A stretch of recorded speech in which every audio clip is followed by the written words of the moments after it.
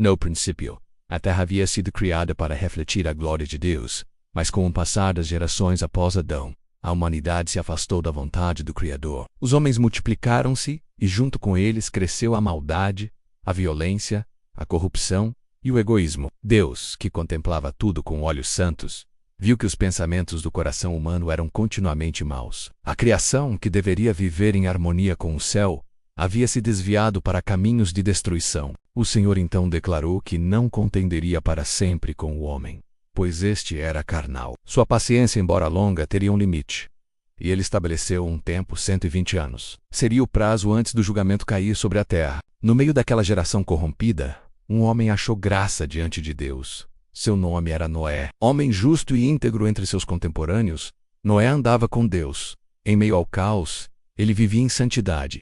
Em meio à perversidade, ele cultivava a obediência. Deus o escolheu para ser instrumento de preservação e redenção. O Senhor revelou a Noé seu plano. Disse que a destruição viria na forma de um dilúvio, águas cobririam toda a terra, e toda a carne que tivesse fôlego de vida pereceria. Mas com Noé Deus estabeleceria uma aliança. Ele deveria construir uma arca menos um grande barco de madeira de cipreste, menos com medidas específicas e compartimentos internos. A arca seria o refúgio para sua família e para os animais que seriam poupados. Noé não questionou, não pediu sinais. Não argumentou com lógica humana, apenas obedeceu. Durante os anos seguintes, ele trabalhou na construção da arca. Cada martelada era um ato de fé. Cada madeira encaixada era uma declaração de obediência. Enquanto a humanidade ria, zombava e seguia em seus próprios caminhos, Noé permanecia fiel. Além de construtor, ele era pregador da justiça. Alertava seus contemporâneos sobre o que viria, mas poucos ouviram. O mundo seguiu como se nada fosse mudar. Comiam, bebiam, casavam-se, davam-se em casamento. A paciência de Deus se estendia, mas os corações permaneciam endurecidos.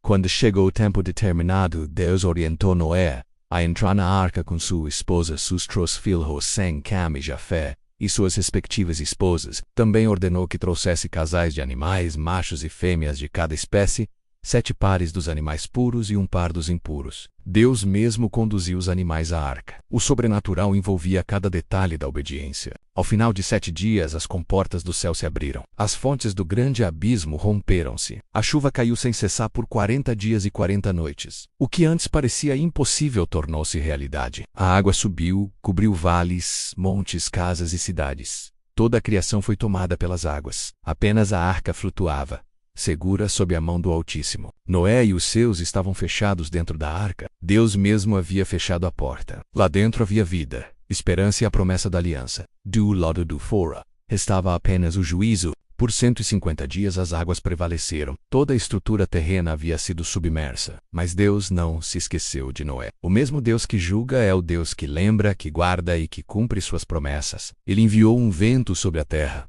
e as águas começaram a baixar. As fontes do abismo e as janelas do céu se fecharam, e a chuva cessou. A arca repousou sobre os montes de Ararat. Ainda assim Noé esperou. Ele soltou um corvo, que ia e voltava. Depois, uma pomba, que não encontrou repouso. Após 7 dias, soltou novamente a pomba, que voltou com um ramo de oliveira no bico. A esperança brotara.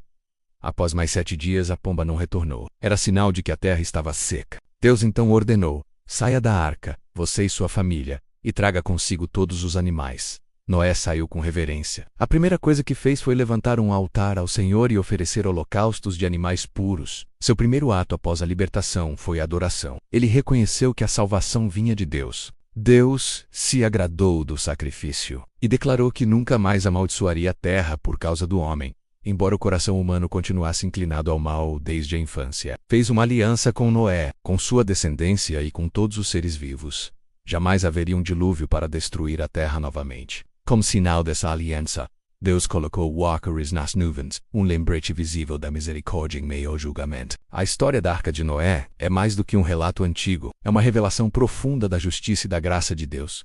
Mostra que Ele é santo e não tolera o pecado, mas também que Ele salva os que o temem e andam em seus caminhos. A arca, de certo modo, aponta para Cristo. Assim como Noé entrou na arca para escapar do juízo, nós entramos em Cristo para escapar da condenação. Assim como a arca foi planejada por Deus, Cristo foi enviado pelo Pai desde antes da fundação do mundo. E assim como a arca suportou as águas da destruição, Cristo suportou a ira do pecado em nosso lugar. Vivemos dias semelhantes aos de Noé. A maldade se multiplica.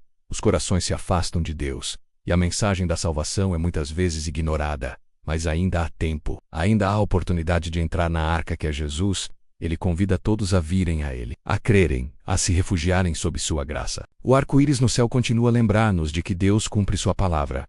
Ele não muda. Sua aliança é eterna. Sua misericórdia dura para sempre. Noé, mesmo após a salvação, continuou vivendo como homem comum. Plantou uma vinha, enfrentou fraquezas e conflitos familiares. A história não termina com perfeição, mas com a lembrança de que somos humanos e que nossa esperança está em Deus, não em nossas próprias forças. A arca descansando sobre os montes e o novo recomeço da humanidade são sinais de que, mesmo após o juízo, Deus prepara caminhos de restauração.